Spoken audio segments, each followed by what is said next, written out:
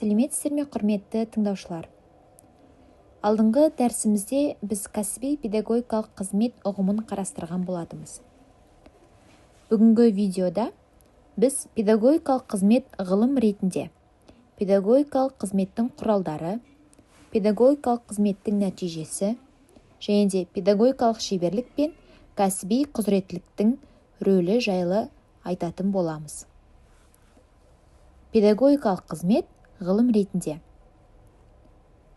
Жоғары мектептегі педагогикалық қызмет оқытушының практикалық жұмысы, кәсіби білім берудің заңдылықтарын, құзыретті маман қалыптастырудың шарттарын және оқу үдерісін жетілдіру жолдарын зерттейтін дербес ғылыми пән. Жоғары мектеп педагогикасы ғылым ретінде кәсіби ортадағы оқыту мен тәрбиелеу үдерісінің заңдылықтарын зерттейді. Білім беру мазмұнын және мамандарды даярлау әдістерін талдайды. Оқу үдерісінің инновациялық технологияларын анықтайды және негіздейді. Оқытушыларға ғылыми әдістемелік ұсыныстар қалыптастырады. Және де болашақ маманның жеке тұлғалық дамуы мен білім сапасын арттыру жолдарын анықтайды. Жалпы педагогикалық қызметтің мақсаты студенттің кәсіби және тұлғалық құзыреттерін қалыптастыру, оны қазіргі қоғам жағдайында дербес жауапты қызметке даярлау. Ал структурасы субъектілеріне оқытушы, студент және академиялық ұжым жатады. Ұжым білім беру ортасының дамуына жағдай жасайтын орта болып табылады. Педагогикалық қызметтің құралдарына келетін болсақ, біріншіден, білім беру бағдарламаларының мазмұны студенттердің кәсіби және тұлғалық дамуын қамтамасыз етуге бағытталады. Онда пәндердің құрылымы, оқу жоспарлары мен күтілетін нәтижелер нақты айқындалады. Бағдарламалар қазіргі еңбек нарығының талаптарына сәйкес бейімделіп, құзыреттілікке негізделген тәсілмен құрылады. Екіншіден, оқу пәндері педагогикалық әсердің негізгі мазмұндық бірлігі ретінде әрекет етеді. Әр пән студенттің теориялық білімін тереңдетіп қана қоймай, оны тәжірибеде қолдану қабілетін дамытады. Пәндер арасындағы пәнаралық байланыстар студенттердің жүйелі ойлауын және интеграциялық қабілеттерін қалыптастыруға ықпал етеді. Үшіншіден, заманауи педагогикалық және цифрлық технологиялар оқу үдерісінің тиімділігін арттыруда маңызды рөл атқарады. Бұған электрондық оқыту платформалары, мультимедиалық ресурстар, виртуалды зертханалар, симуляциялық бағдарламалар және интерактивті әдістер жатады. Бұл құралдар студенттердің оқу мотивациясын арттырып, олардың өзіндік жұмыс жасау және сыни ойлау дағдыларын дамытады. Төртіншіден, оқытудың формалары мен әдістері оқу процесін ұйымдастырудың тиімділігін қамтамасыз етеді. Дәстүрлі лекция мен семинар сабақтарымен қатар, топтық жұмыс, интерактивті тренингтер, шеберлік сабақтары. Бұл әдістер студент пен оқытушы арасындағы серіктестік қарым-қатынасты орнатып, белсенді оқу ортасын қалыптастырады. Педагогикалық қызметтің нәтижесі.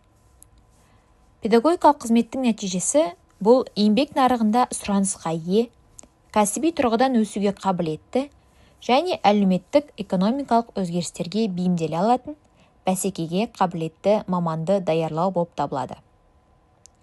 Мұндай нәтиже жоғары мектептің бүкіл педагогикалық жүйесінің тиімділігімен тығыз байланысты. Оқу процесі тек білім берумен шектелмей, студенттің тұлғалық, зияткерлік және мәдени дамуын қамтамасыз етеді. Оқытушы студенттің кәсіби бағыттылығын қалыптастырып, өз бетінше шешім қабылдау, талдау, зерттеу және шығармашылық қабілеттерін дамытады. Бұндай нәтижелерді үшке бөлуге болады. Яғни жеке тұлғалық нәтижелер, пәндік нәтижелер және де метапәндік нәтижелер. Жеке тұлғалық нәтижелер өзіне, ұжымға, жүзеге асырылатын іс-әрекетке және оның нәтижелеріне деген құндылықты қатынастар жүйесі қалыптастырылды. Пәндік нәтижелер жүзеге асырылатын іс-әрекет нәтижесінде алынған тәжірибе меңгерілді.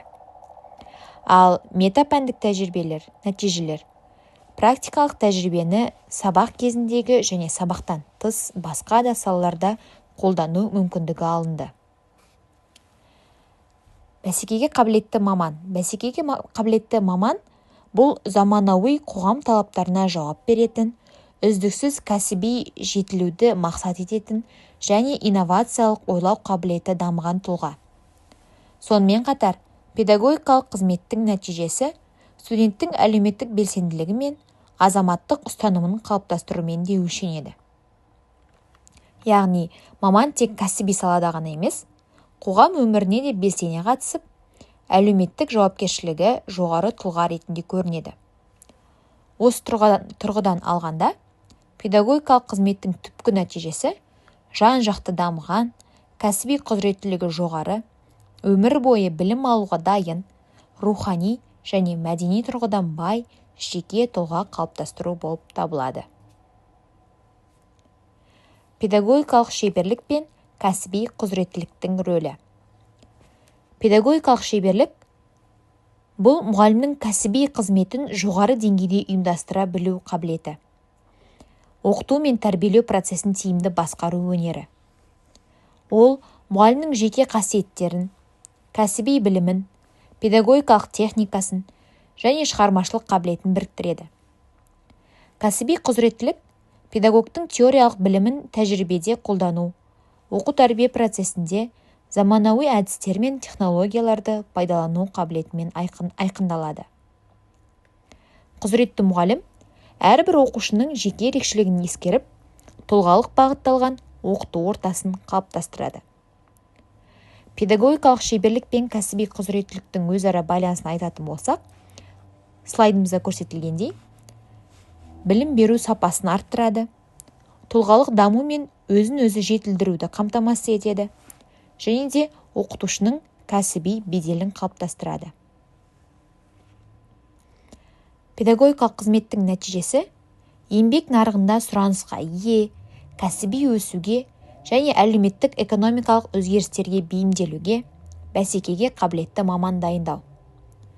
Жоғары мектептегі педагогикалық қызмет үнемі дамуда және де сыртқы факторлардың әсеріне тәуелді.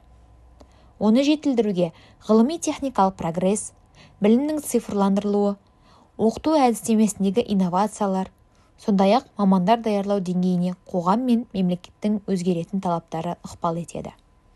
Осылайша, жоғары оқу орындарындағы педагогикалық қызмет заманауи талаптарға жауап беретін білікті кадрлар даярлауға бағытталған икемді және де ашық жүйе.